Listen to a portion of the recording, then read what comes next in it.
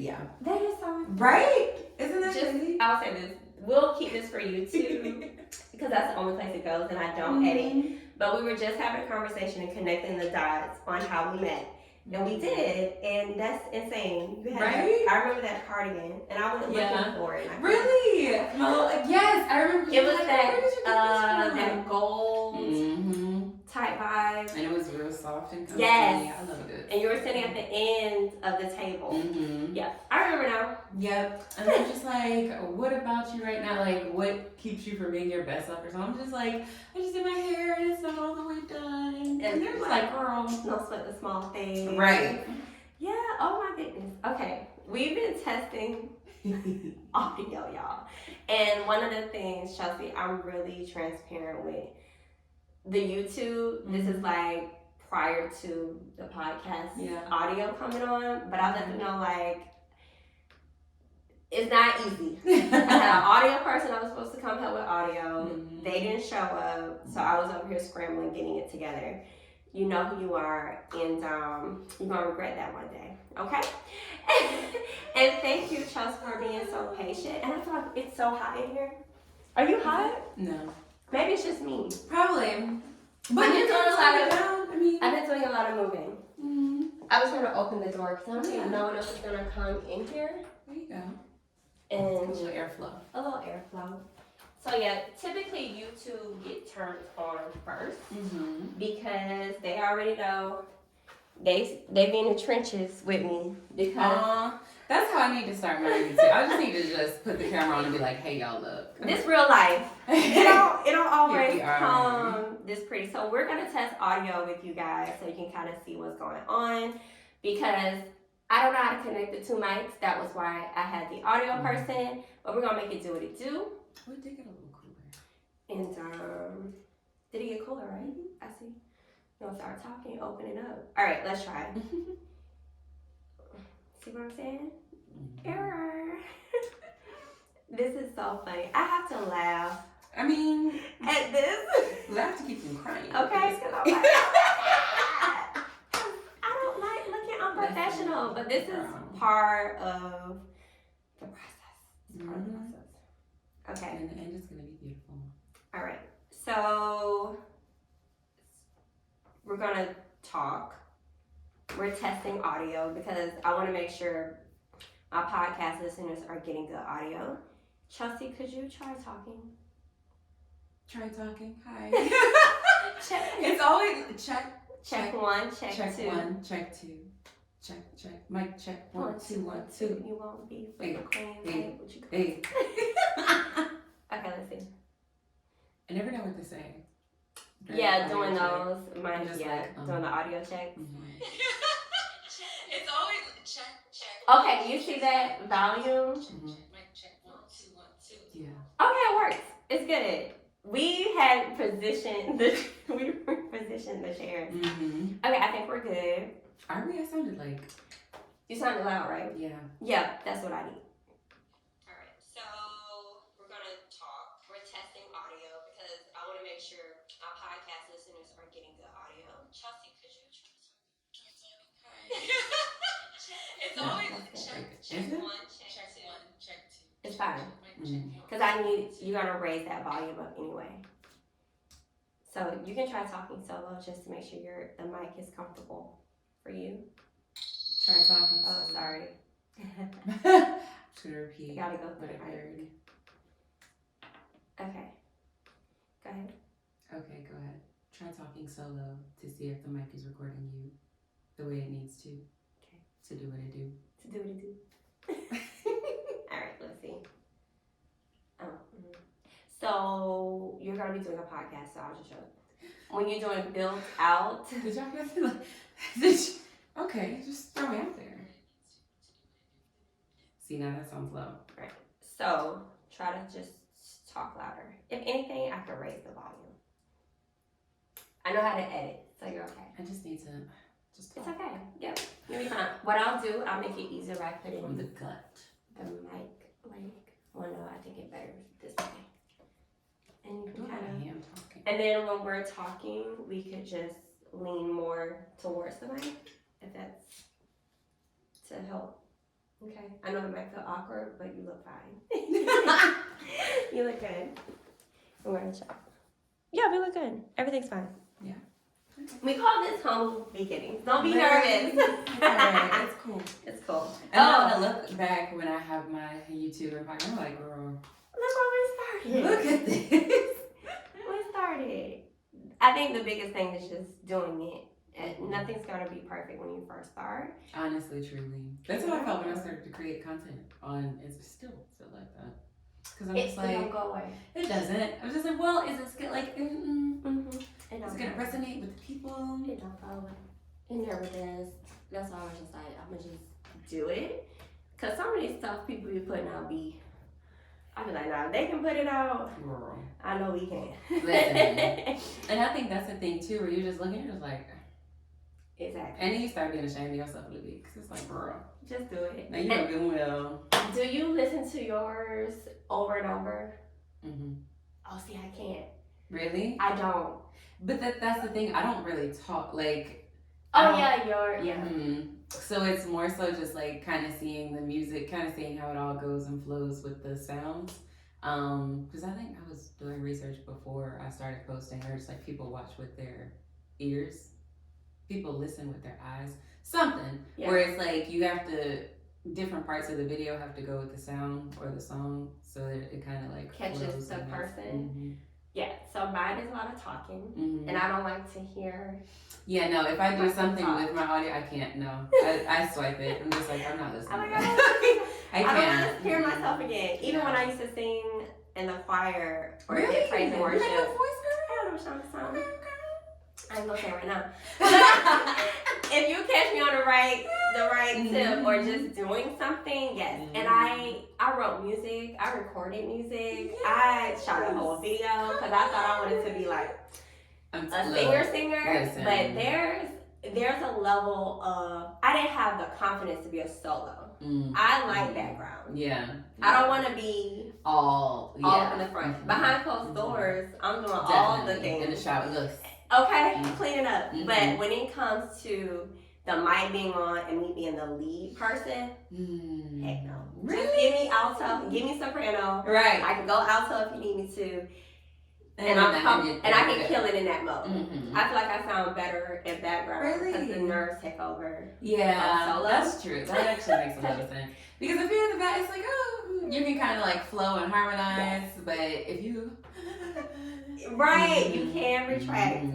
The solo person, no. It's a lot. And you know in black churches, they don't. Ooh, girl. You don't get no grace. No. And that's the one place you should get some grace, and they do not like take your time, baby. Take your time. Be in the pews like... You already know what that means. Take your time. Take your time. Okay. Let him use you, child. Okay. Oh, goodness. This is so good.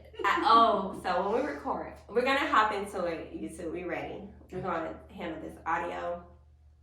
Okay. Let's get into it. I should have warned you first. So I'll start talking and then I'll introduce you and bring you in. Okay? You're going to be great.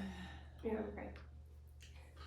What up, crew? What's good? Welcome to another episode of the Crew Book Club podcast. Y'all already know it's your girl Sade, and I am always ecstatic to be here. And this particular episode is going to be so bomb. It is so special because it's a follow-up from the book that we read, We Should All Be Millionaires. And I thought, we should have someone to talk to about this money, right? So this is going to be so good, and it's also special because it's my second guest, it's our second guest because we're the crew on the Crew Book Club podcast. I met her twice before this, and every time there was a vibe. And she is out here doing her thing and helping women manage their coins one check at a time. Financial analysis, money manager, beautiful spirit, and absolutely gorgeous the Chelsea Harris. Hey girl. Welcome to the crew. I'm so happy that you're here. I know. I'm happy to be here. Thank you for inviting me on your show. You are so welcome. Listen, for my podcasters, you have to go check out the YouTube. I think we have like a, 10-minute intro. Yeah. of us just chatting, talking, getting audio together, having a whole experience, getting to know each other before hitting record on the podcast. So you guys have to check it out. And before we even jump into the outline of the show, tell us, Chelsea, a little bit about you and how you became the woman you are today. By the grace of God. Amen. So professionally, I got my degree in accounting. So I started off as an accountant, and then went on to being the financial analyst that I am today. Essentially, there's just a fancy way of saying I look into what money comes into the company, how much money goes out, and looking at our bottom line. So as a financial analyst, we kind of look at different ways to grow the bottom line, or to just kind of manage it month over month. We create annual budgets. So essentially that's what I do in my business. So personally, we'll get into that later. I was taught about money as a kid or coming up, but I still messed it up a little bit. So Same. Yeah. We gonna get into that. But we gonna get into that. But basically, when I messed up my finances, I had to apply the same like professional knowledge that I have to my personal life and kind of see how much money that I have coming in, how much money was going out, and what my bottom line was. So I think I like scrubbed my accounts, tried to see what all expenses I had, where all my money was going. Because girl, when that paycheck hits and that paycheck is gone, it's like, what happened? So that's why I also was my financial, I guess, disaster, I'll call it. I was $30,000 in credit card debt. Pause for dramatic effect because wow, it's a lot. Yeah. So, but I had to like move. I moved out of my apartment, moved in with a friend. Luckily, I didn't pay any rent. And so by cutting all of my monthly expenses, I think I freed up like $2,000, $2,500 a month. It's very drastic, but $30K is a lot. So you gotta. I think that's a sacrifice. Honestly, yeah. And I had like this whole episode with myself just about like feeling like I was a failure and feeling overwhelmed, crying, blah blah blah blah, blah. All the things, all the emotions that you kind of feel because it's like, how did we get here? And now having to make that sacrifice was just like. Yeah, because I also think it comes from the pressure of what it may look like. And yes, and to your friends, family. Right, friends, family. Not only that, I do this in my professional world. Like, that's even like, more of a. And so I'm like, aren't you? Don't you work in finance? Like how? And so yeah, it was a lot going on internally. But I mean, like I said, by freeing up that much money on a monthly basis, I was able to pay off my cards in like less than a year. So that is beautiful. Yeah. That's beautiful. And so now I'm like, and even as I was $30K in debt, I knew that God had me in that debt for some reason because like I said, I had been taught about money, luckily, thank God, never really had any money problems growing up. And so I'm just like, Lord, what you trying to do? Because at this point, because I've always said, first I've always felt like, okay, I have money so that I can bless other people. But then when that money was taken away, I was like, okay, there's something that I should be learning here. Or like there is something bigger happening. Because I've always felt like my money comes from God. It's never my money. It's always His money. And so I love that. That's kind of essential to always say on the pod, like, my life is not my life. Oh my goodness, yes. That's my number one thing. Yes. So how I move is in accordance to Him, and I have to do that in everything. Yes. Let me ask you this: when you were going through what you were going through, did you go to therapy? So I was in therapy, but we didn't really talk about my money situation. I was in therapy more for like my emotional, mental health, but yeah, I wasn't really talking to her about finances. To that point though, it is a therapeutic kind of process when you are working with someone. Like, yeah, some of my clients, like, girl, we be on the call crying. Mm-hmm. We be into it. And like I said, I had a whole emotional thing when I was going through it. And so, yeah, it's definitely a therapeutic event. Yes. Yeah. Mm-hmm. Yeah. Because, and that's not uncommon. Mm-hmm. There was research that showed a percentage of people don't even tell their therapist everything or the truth. Yeah. And it reminds me of like when you go to the doctor, you're like, we hope, but they can't really heal you if they don't know everything. Yeah. And money is the quote unquote root to all evil, but it's connected in so much from our childhood to our adulthood, and it's an emotional process. And I'm surprised we don't talk about it more so in therapy. And that's kind of like a good segue for the partnership that I have with BetterHelp. And you, as the crew, you get 10% off your first month of therapy. And I always put that link in the show notes so it's easy to find. And I don't recommend stuff I don't use, Chelsea. And I use BetterHelp for therapy because it's so convenient. Yeah. And I discovered it during COVID. But I remember I was talking to her about all the things emotional. Yeah. Because I have my money things. And this year for me was about, you got to get your money right. Yeah. And because I have everything else right, not in a sense of perfect, but I worked on everything else. And the money is the hardest thing to figure out. And I was like, and you saying that made me trigger, like, I need to talk to my therapist about money. So if you want therapy that's convenient, easy, betterhelp.com/crewlove is super awesome. And I had a friend the other day, she called me, she was like, I want to thank you for the BetterHelp. Because her husband and my husband have similar jobs. He travels a lot. Yeah. And he was able to FaceTime in, and she was able to FaceTime in, and they're going to therapy weekly. So that's one of the other reasons why I recommend them. But to talk about money in therapy, it can be connected to so much. And we're going to get in that because childhood, and us being Black women, and how our parents view money, we definitely going to hop into that. So before we start typically go into the outline of the show, we have a segment called Who Gon Check Me Boo? God is, he is always checking us. And the scripture that checked me this week was Ecclesiastes chapter 8, verse 1 through 17. The whole chapter was good. Right. But I'm going to focus on chapter 8, verse 5 through 6. And verse 9. And I'm going to read it, and then Chelsea, you can tell me if it checks you in any way. So it started off on chapter 8, verse 5 and 6. It says, whoever obeys his command will come to no harm, and the wise heart will know the proper time and the procedure. For there is a proper time and procedure for every matter, though a person may be weighed down by misery. When I read that, I was like, there's a proper time for everything when the king is ready. The no's you get from either your family, your friends, enemy, frenemies, you, and even God is just timing.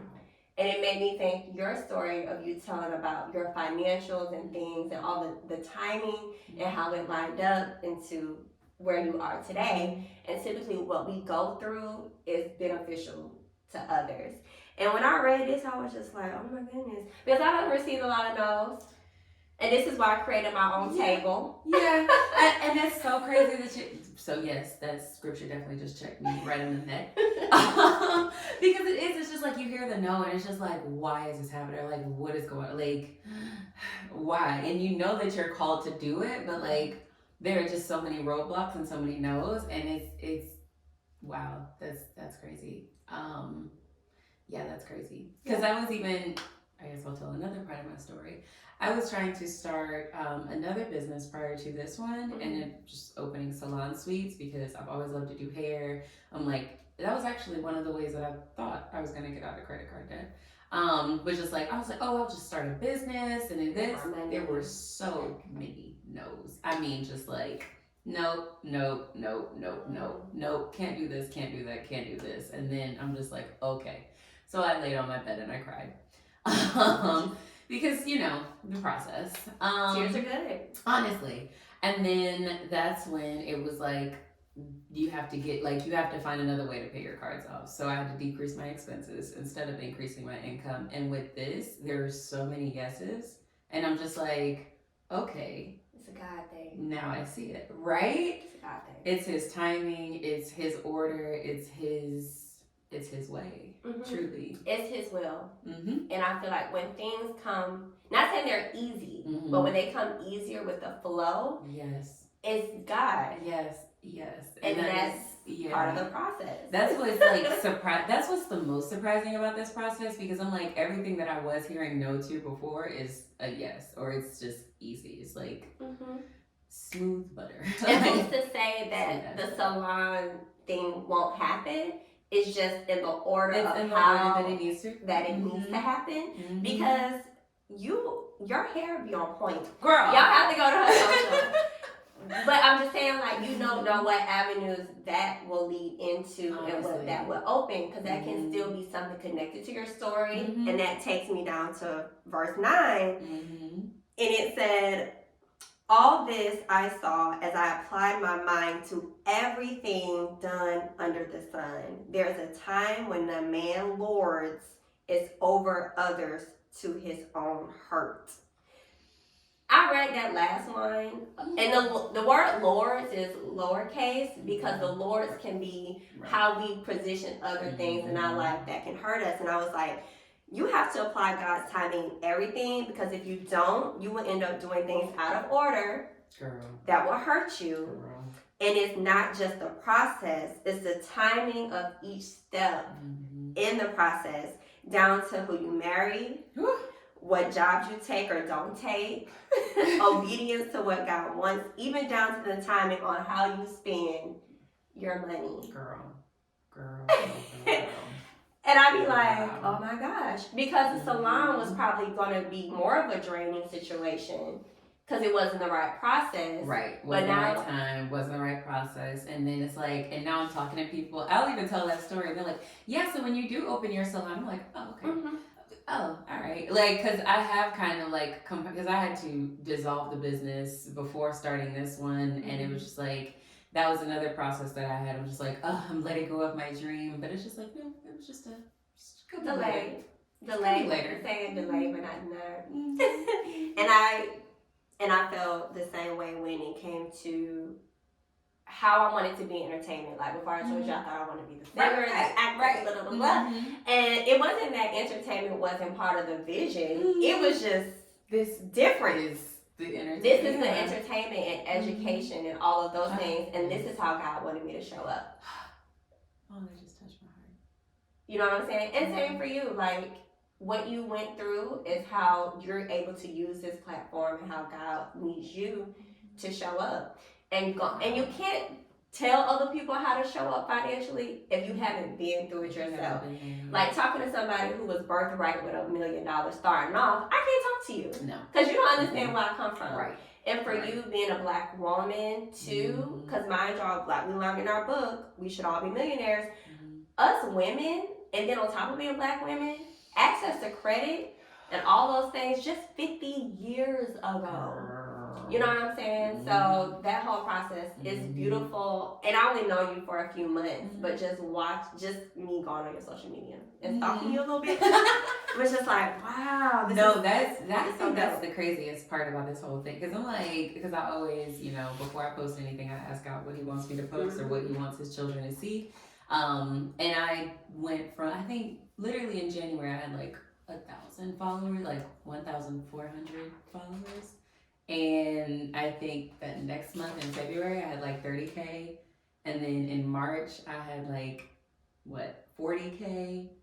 And then now I'm at like 55. 55?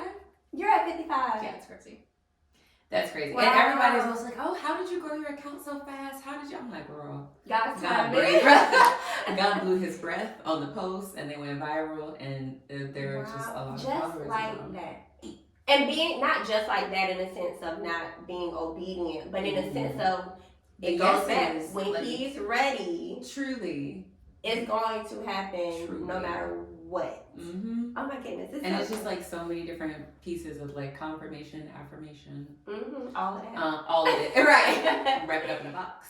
Yeah. But yeah, and it's amazing. And I think what you were just saying, why it touched my heart is because a lot of people don't know this, but I actually started off in college as a biology major because I thought I wanted to be a pediatrician. Oh, me too. But then I forgot that science is my least favorite subject. Yes.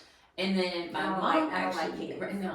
And then I'm like, I don't want to see sick kids every day. Like that's depressing. That would be sad. It's okay. Because like I can probably deal with like a scraped knee, but like anything bigger than that, I'm just like, oh yeah, you worth it. Like let me give you a hug, you know. Anyway, so like I said, me and science didn't get along. Did not do well in biology or chemistry. So my mother actually reminded me that math is my favorite subject and said that I would be really good in business. And I'm like, okay. And then like I said, the yeses went to the office and they switched my major pretty easily. Like that. Yeah. And as I was walking out of the administrative, I don't even know what the office is called, registrar, whoever. Gotcha. Walked out of the office and I'm just like, Lord, I just don't want to be in business because business is full of sharks. Like that's all I was thinking of, especially money. Oh yeah, money. People. Like, do you? Like we said, money has been said to be the root of all evil, but it's really people it just behind highlights it's the people behind. It highlights money. the spirit of the person with the money. Like that's all it does. It's not the root. Money is not the root of all evil. It's the person with the money. Yeah. That just brings their spirit out a little more. Which is why you have charitable people. And it's why you have the greed. But anyway, we'll get into that a little later. As I was walking out of the office, one thing that I said, I'm just like, just show me how to mix business with love.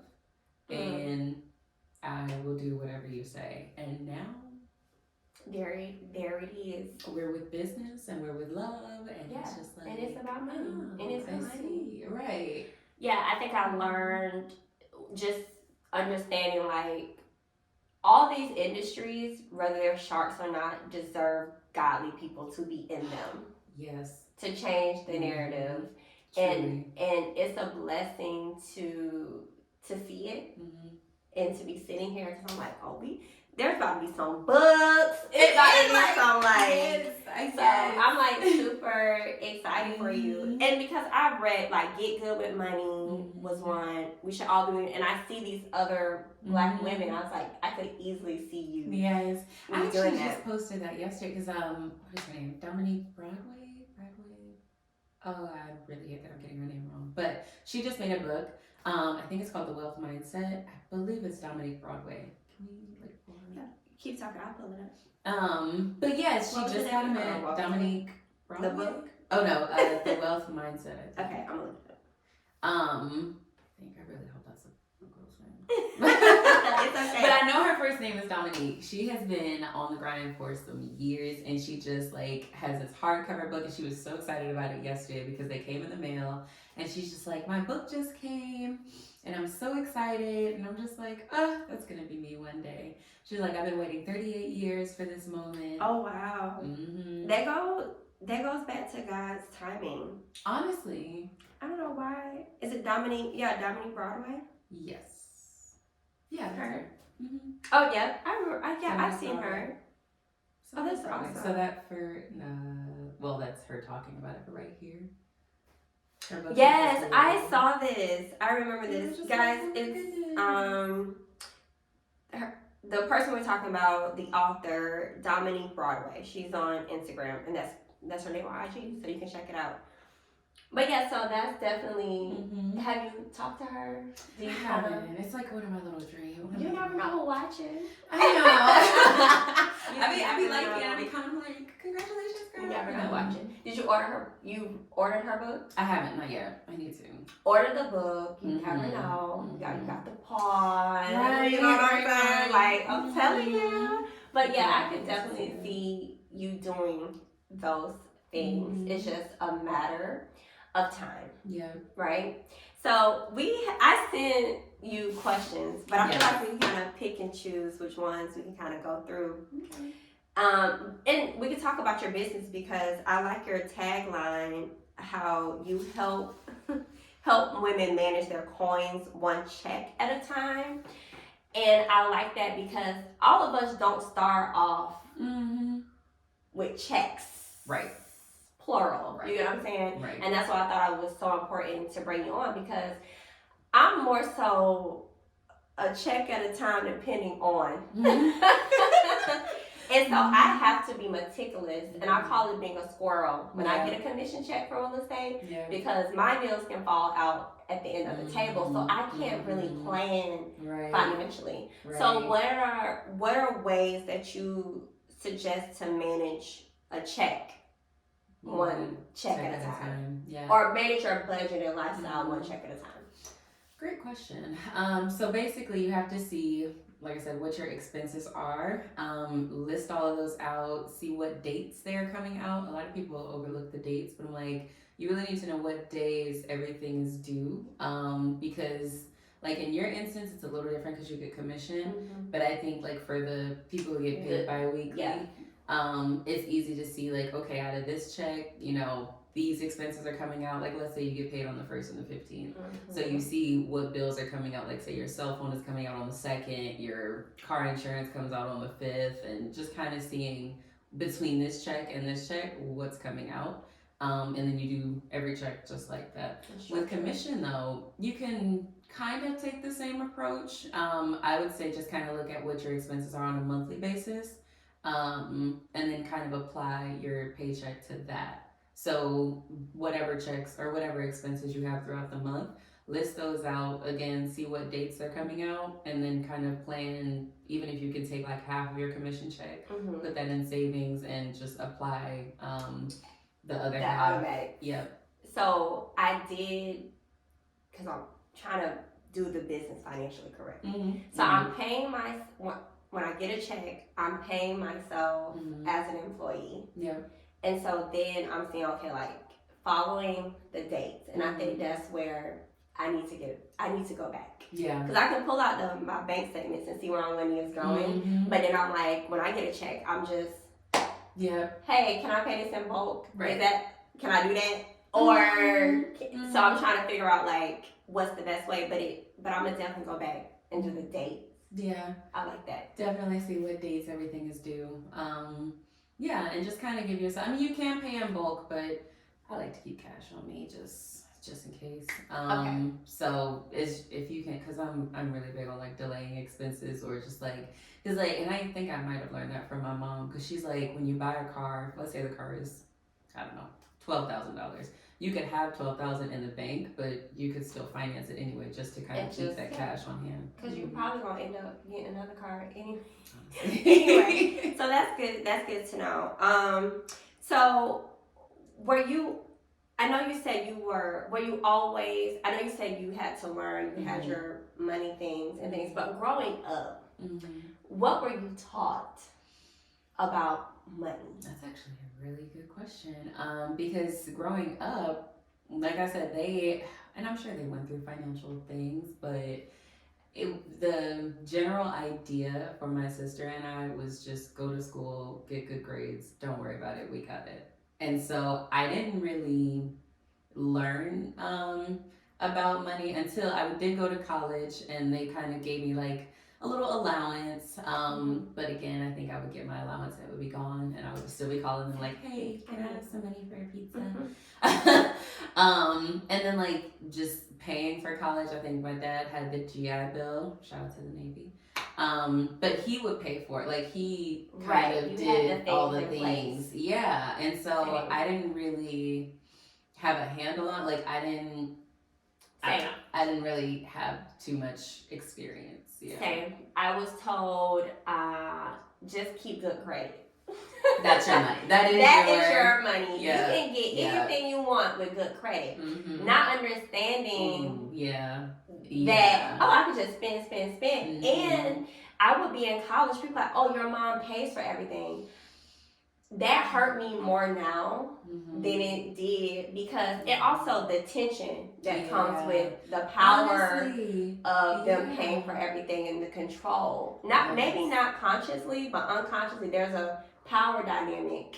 And what I literally got a part-time job just to spend more money. And it's so crazy. Like, now that you say that, there was kind of like a power dynamic. Like, well, I'm not paying for that, so. And yeah, like, or you didn't do what I say, or majoring in what I, or going to. It was just like, well, I'm the strictest. And being vulnerable. When I got pregnant with my oldest daughter, my mom was like, cut me off.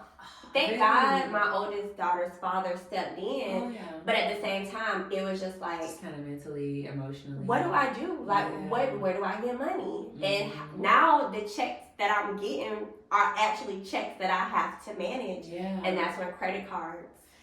And I jacked up my credit, and it went down to like a 490. Girl. From speak on it. And it was devastating. But I had to. I accepted where I was, and then I did the work as I got older. But it was hard. Like, I had a Toyota Yaris paying $450 a month because my credit was jacked. And I didn't really understand. And then when I got the credit cards, it was like, well, if I just pay the minimum, that don't work either. Because I got so overwhelmed with not properly managing the cash. And so it just became this whole thing. And then when I did get my credit back good, I went and did stupid things. Because it's like, oh, now I got good credit. I can get what I want. So that cycle. And this time I'm like, oh no. We're going to read the books. We're going to get the knowledge. We're going to meet the people, partner up with the people, learn.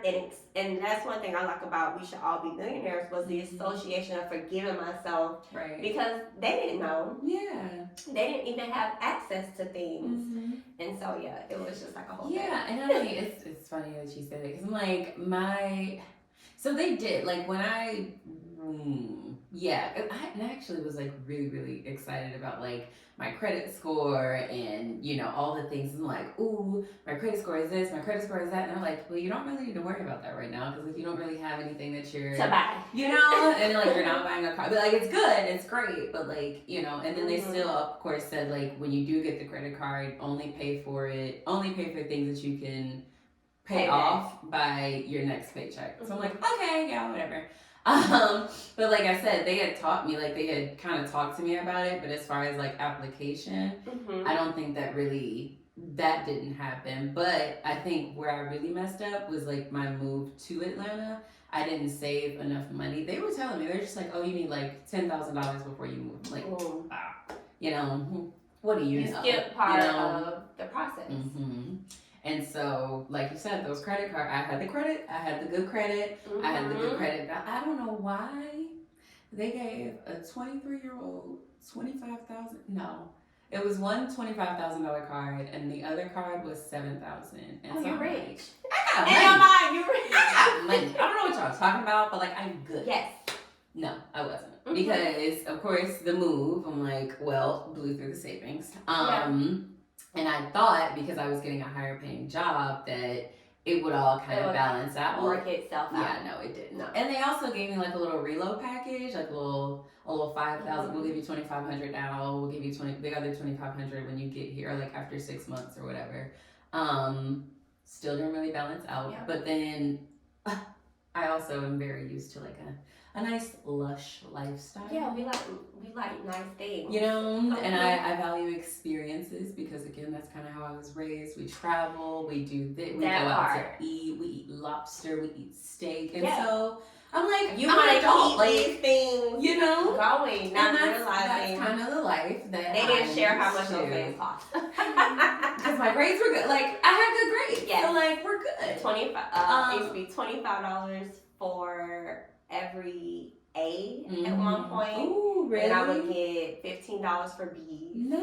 Yeah. Oh, it was a thing. Yeah. So my association with money was just like it had to pay for anything, shopping, not really understand there's checks and balances to this thing. For sure. And even my mom, like when I told her, because she had to pry it out of me that I was that much in debt. Because she's like, I can tell something is wrong, but you're not telling me. I'm like, no, I'm fine. I'm okay. It's okay. Everything is good. And one day I think I just broke down and told her, and she was like, you, like, what? Like, how did we miss that step? Like, what? And so she actually was a really, really, really big help in getting me back to my good financial graces. I owe my life to that woman. Because, yeah, we went. She's just like, In the okay, trenches. look, right. She's like, this is the spreadsheet. She sent me like the spreadsheet about like the what is she? Because she was using the avalanche method. She's like, there's two methods. You know, the avalanche method, the snowball method. Avalanche method knocks down your interest, the highest interest. I put it in the spreadsheet, and that's when I was in Atlanta, I looked and I'm like, okay, if I use the money that's freed up right now, I'll be paying off this debt until 2025, I think it was. And it was 2021 at that point, or 2020. I think it was 2021. So I'm like, it's gonna take 4 years to pay this off. But if I do something drastic and like decrease all of my bills, I can put that towards it. I'm like, okay, we're moving. Like once you put it in a spreadsheet or put it in writing and kind of see the plan. Oh my gosh. Yeah, it makes it so clear. Yeah. So we kind of did a whole like reparenting of financial education. I love that. Mm-hmm. I think my person is my husband. Yeah, I love that. And we had some really tough conversations about money, but he also kind of took that role of how my parents, I'll pay for everything, give you allowance each week. Oh my goodness, yeah. And when he met me, and it wasn't who I was with before, the person I was with before my husband, he got us in trouble, and I had a criminal justice degree, and I said, you cannot. You cannot. Okay, look. But he didn't take the proper steps to get income. So I was the one stepping up, taking care of the bills, figuring out everything. So when I met my husband, I was like, oh, thank you. But what I didn't realize what I did was I put myself in the same position. And now I'm like, no. Yeah. I want to know what's going on, but there's also a conversation of responsibility. Yes. And I had to accept that because at first I was kind of side-eyed, like I'm not a child. But then it was just like, no. And I was like, I need it though. Because if I can't properly manage my personal finances, how am I going to manage my business? And that goes back to the word of God. If you can't manage the little, how can you manage the lot? How can I trust you with more? And so this year, we put out bank statements. We highlighted where money coming from, and I saw how much I was spending on food or things that did not actually line up with the stuff that I should be doing. I was just like, oh, I need to be really getting into this and how to manage that. So that's why I have someone like you. And I love how you said, like, really seeing where the money is going. Like, when again, going back to the spreadsheet, when I did scrub my accounts, I saw that I was spending just as much money, no, a little more money on restaurants than I was on groceries. But I'm just like, if we're buying groceries, why are we going out to eat? But like I said, a little lifestyle. Like, do all the grocery shopping, have a meal plan, but still on time. Like, girl. But no, I understand. I'm like, speak on it. Okay, so let's see. So what advice do you have for someone just starting out? Well, I guess you kind of answered that. Do the spreadsheet, see where everything is at. Let's look. I have wrote these questions down. Ooh, no, that's fine. I would say just kind of, going back to the question you just asked, I'll reiterate. If you're just not starting out, look at all of your expenses. Because what I did, I literally went to my bank account, my online bank account, pulled out the transaction sheets for the last 3 months, and just tried to see where all of my money was going. Highlight, like you said, highlight the income, use another highlighter to highlight the expenses, give it some categories. Like you might see, I don't know, Shell, Wawa, who else? BP, just put the category of gas, right? If you see Walmart, Aldi, who else? Winn-Dixie, that's groceries, right? And then give yourself a little entertainment. Let's talk about that. Yeah. Because I could look at a purchase from Walmart, but what did I purchase? No, that's a good point. So as you're in the store, you know, like your phone, I would just write like notes to try to say like, okay, Walmart groceries, or Walmart on the date, and then put groceries and then the amount. Because that amount is going to be what's on your statement. Because I had to realize, I started doing that, but then I was like, well, what was I buying? Yeah. Because I can go in Target and see cute home stuff, knowing I really don't need it.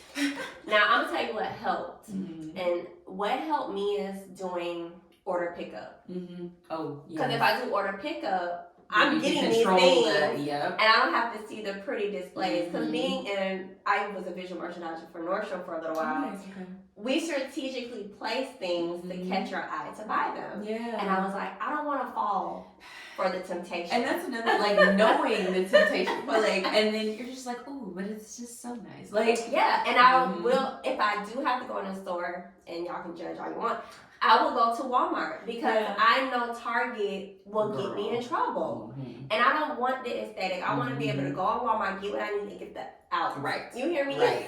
Literally that. And I learned that in during the pandemic because, of course, we couldn't go into grocery stores. And I'm just like, okay, well, you make a list of what you need, put the order in, and then you can pick it up. Like, so that keeps you within that budgeted amount. If you're budgeting $150 for groceries, there was some stuff that, and I kind of even do this physically now that I'm in the store, but take it out the cart because you don't need it or you have to kind of figure something out. The discipline. And I think the delayed gratification, the sacrifice, and you can contest or chime in, but I think having a vision for your money, because I was budgeting, but then it was just like, how I'm going to use these funds. Am I going to use these funds to make more money? And how I am going to do that. And I had to learn what is my vision. Yes. For money. Because it's so, I love that you said that. Because that was the last event that we had in February. That was a really big thing that I spoke about, like using your current income to fund your future lifestyle.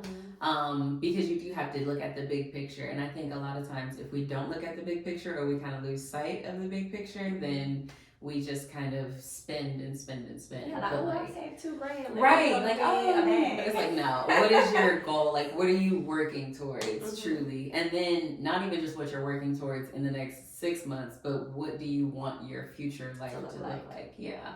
So, because that was a big thing for me. Like, I'm preparing to move to Houston, and there are a lot of expenses that I go without that I love. Like getting my hair done, my nails done. I did my own hair. So, it's like, thank you. But not getting my nails done until I'm actually going to go somewhere, or I'll even put like the little press-ons on. Just something like real low cost so that when I do, I can put that money towards the move. And then, I don't know, if there's any trips coming up or anything that I want to do in the future, I just kind of go without and then now. For your future plan. Okay. Yep. And I typically, you see people post, you should have this money go towards this amount in investment. You should have this money. Like, what is your thoughts on percentages and how they should be allocated for investment, fund, That's a great question because there are so many percentages that could be applied. I'm going to say whatever works best for you as a person, as an individual, that's what you should go with. Because there are, the biggest like viral post that I have is the 60-20-10-10. Okay. So that's 60% going towards necessities, 20% going towards your emergency fund, 10% going towards wants, and the other 10% going towards your financial goals, any other financial goal. Now the other thing is obviously tithes, but everybody doesn't really pay tithes. I don't know. We can talk about my audience, typically my listeners and followers. We're faith-based. Yes. And I always say, even though I'm reading these books about money, right? A lot of them don't mention tithing. Oh, yeah. And I was like, for us, we are going to add the tithing. Yeah. So as soon as that check hits, before I check and balance anybody, it's going to be about 10% or whatever God has put on my heart to give additional to that. One, because that's honoring Him and the discipline for Him in that sense, and then we can talk about I love that because before I posted that post, I did the 70-10-10-10, and that post didn't go viral, but everybody was on the 60-20-10-10 like, oh, well, where's your tithes, girl? I'm like, so why? But so the 70-10-10-10 is obviously 10% for tithes, 70% for necessities, 10% for your financial goals, and then 10% for your wants. So that financial goal could be your emergency fund, that could be saving for your new house, that could be saving for anything, or that could be your investments. So 10% tithes, 10% financial goals, 10% towards wants, and then 70 for necessities. I love that.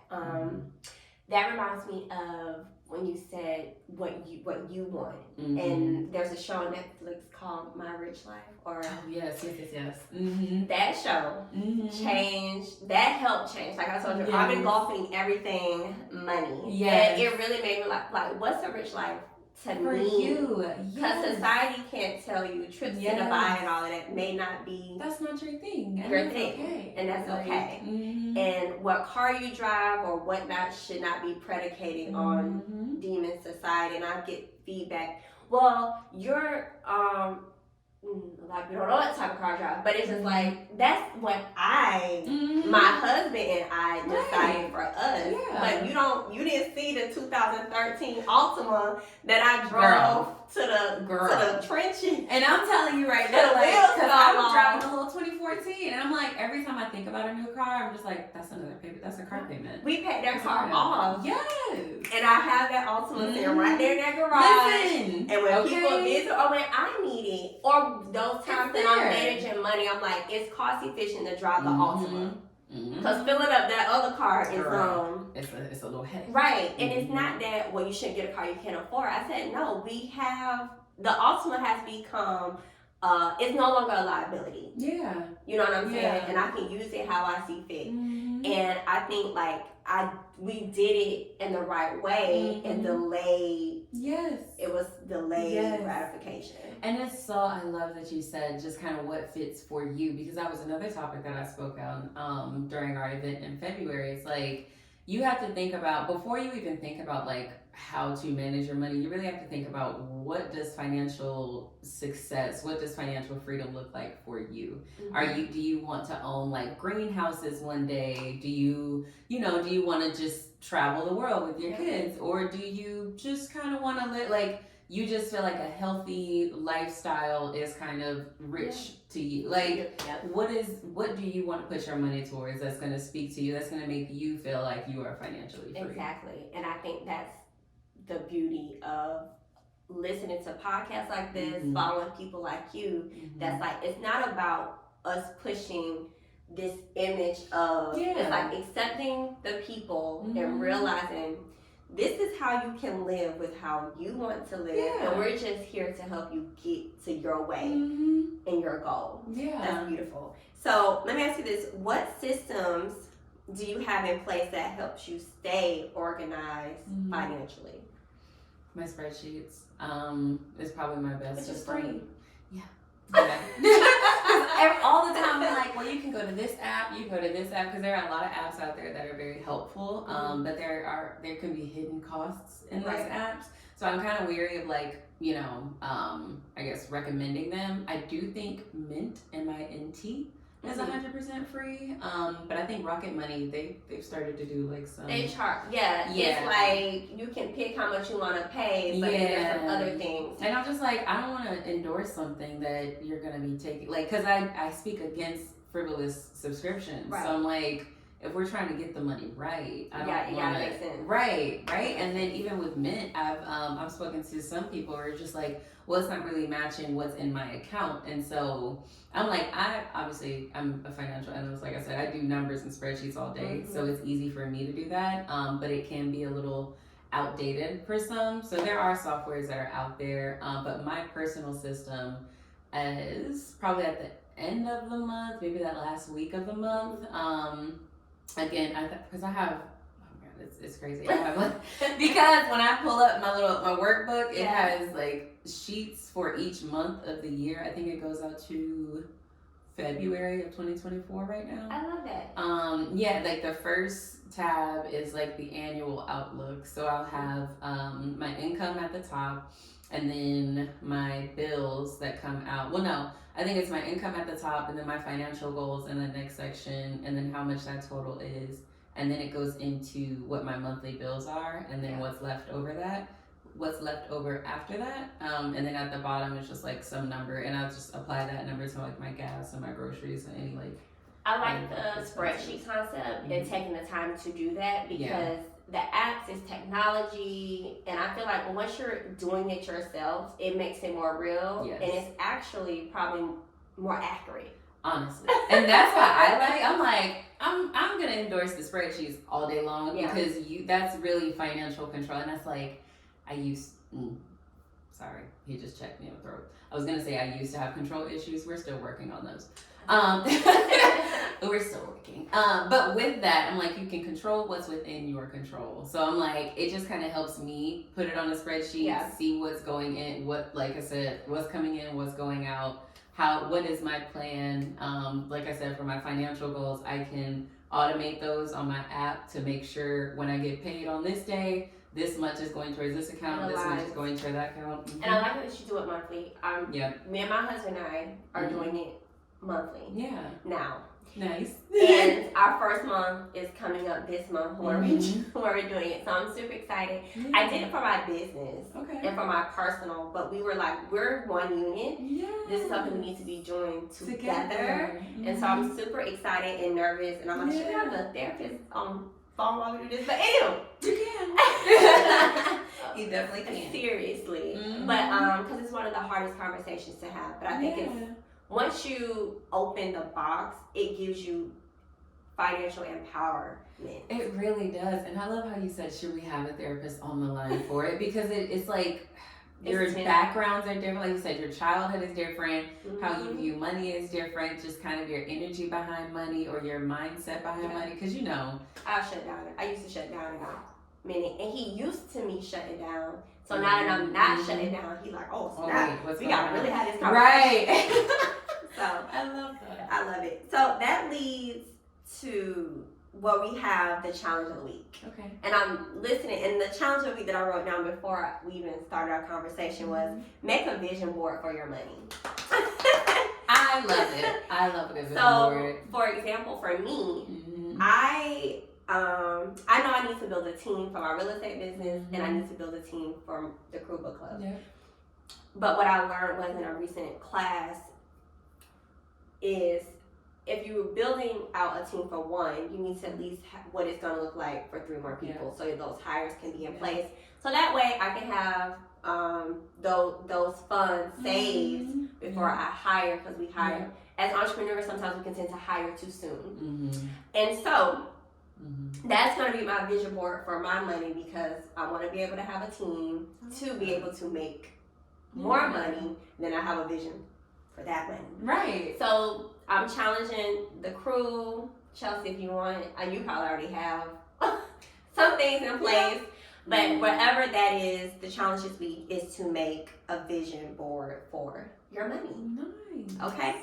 And this came to mind too. Like, you could take that vision board that you did the beginning of this year and break those things down into financial goals to attain those things. Yeah, honestly, because now I'm just thinking about the vision board that I did make at the beginning of this year, and like a big part of it was really just launching the business, but then there was also like I love to dance, so like kind of putting, my future dance plans on there, because I also want to open a dance studio. There we go. And that costs money. Right. So even just kind of envisioning the different businesses that I want to open and how to financially fund those things. Right. Yeah. So that's the challenge.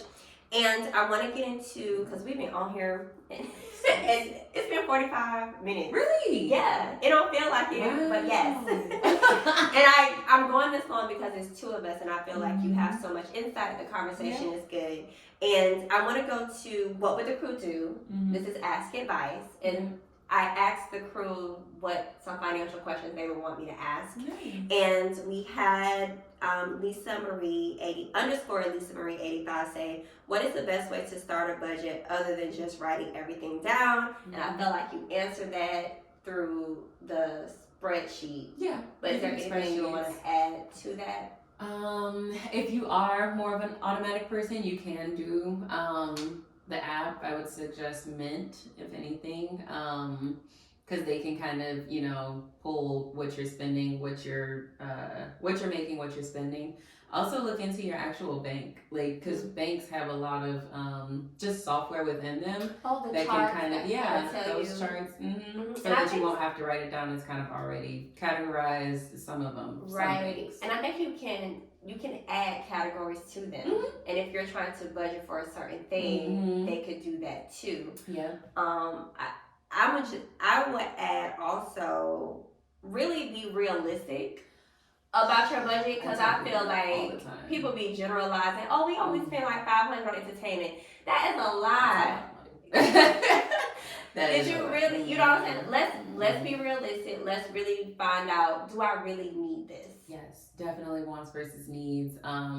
But at the same time, it's like, yes, you do need an entertainment allowance in there, but let's like, do we need to be going out at this level every weekend? Or are we like, we need to be focusing? What are our goals? What are we looking for in the future? Like, what are we trying to? Because if you spend it now, you're not gonna have it for later. Yeah. And I think like, is that, and if your goal is to go out all the time on a high level, I think that's something to be evaluated too, because you're not going to always be the age you are to go out at those higher levels.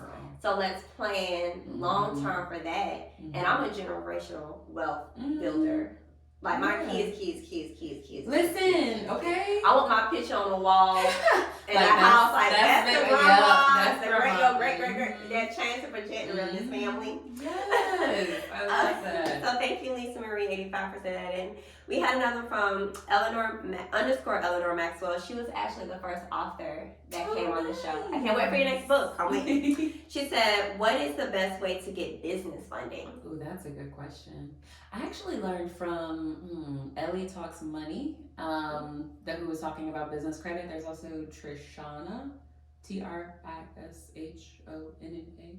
I believe. Okay. So they're really big on like getting business funding. You can start a business plan, look into micro lenders and have them fund your business. Or if you take the business credit route, obviously, you know, get your LLC, start or get your EIN. You have to get a DUNS number, nav.com, and then start with tier 1 vendors and just kind of build. I think it's on like a net 30. The people I mentioned go into it. Yeah. Or if you want to just apply for, you can take the route that I took. Like I said, paid off all my credit card debt, got my credit score right, and then just opened the business, the same LLC, EIN, and I just went into you can get EIN numbers for free. Yep.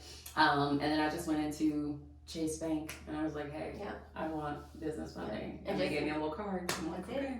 Yeah, and just stay on top of those accounts. Oh my God, yes. Okay. Yes. I think one of the things that I learned is also the moment that you start operating your business, license it, get it LLC, offer it, even the planning. Because I would have people tell me, well, you're not doing this yet. Maybe you should wait.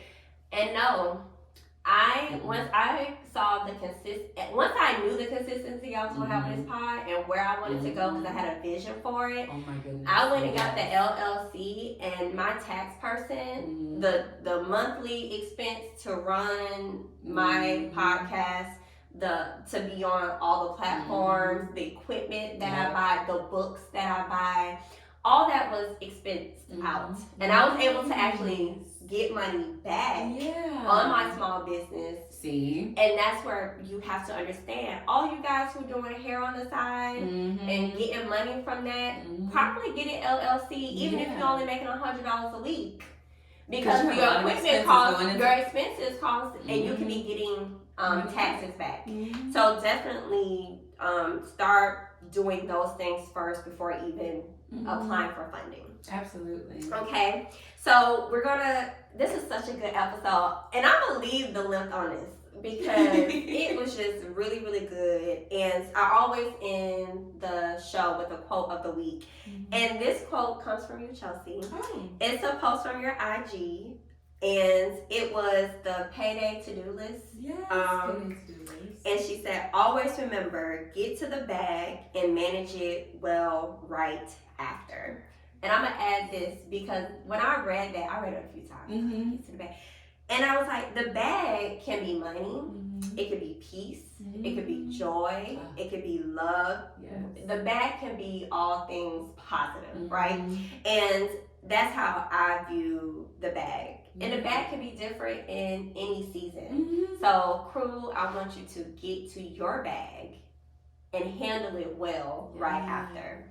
So that was the episode. But Chelsea, before we go, please tell them where they can follow you. Absolutely. And all those things.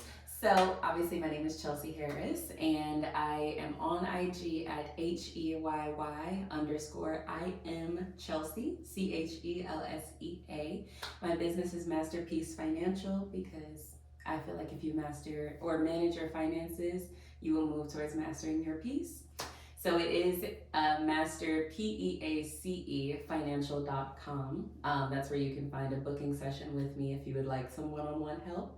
We also have the Money Manager Society that just launched. I'm so excited about it. The ladies are lovely. We do start with an opening prayer, and then we go into an educational material about, you know, any budgeting basics. We have a group chat about like just different investing resources. It's beautiful. And then we end with an ending prayer. It's great. It's awesome. So you can find those links on my Instagram. Nice. Everybody, go support, follow her. Y'all probably like, well, she already got enough followers. No, she don't. The more the merrier, and I think you would get value from her. I'm telling y'all, book the one-on-one, because just us having this one-on-one here, the energy, and you can genuinely tell that you care about what you do, and you care about the people, and you have the integrity. Yes. You know what I'm saying? And she's answering to a higher power. Ooh, okay? Yes. So we gotta get it right. And it's so beautiful, because every client that I have, I always know that God brought them to me, because it's just, first of all, obviously he is all in my business. Yes. Literally and figuratively. But I just know, like, and I say a prayer before we get on the call, like about probably like 5 minutes before the call, I'll say a quick prayer. I'm just like, Lord, let me just be a vessel. You just come out, Holy Spirit, speak whatever you need to this person. And every time we talk, it is just like, it's obvious that we have been brought together. To a more joy. Truly. That is so beautiful. Well, thank you, crew, for tuning in, and I appreciate you, Chelsea, for coming on the show. And I'm pretty sure we'll be doing some more stuff in the future. 100%. All right, y'all. As always, I love you guys, and I will see you all right here next week on the Crew Book Club podcast. Hey. I love that. No, I'm gonna keep it.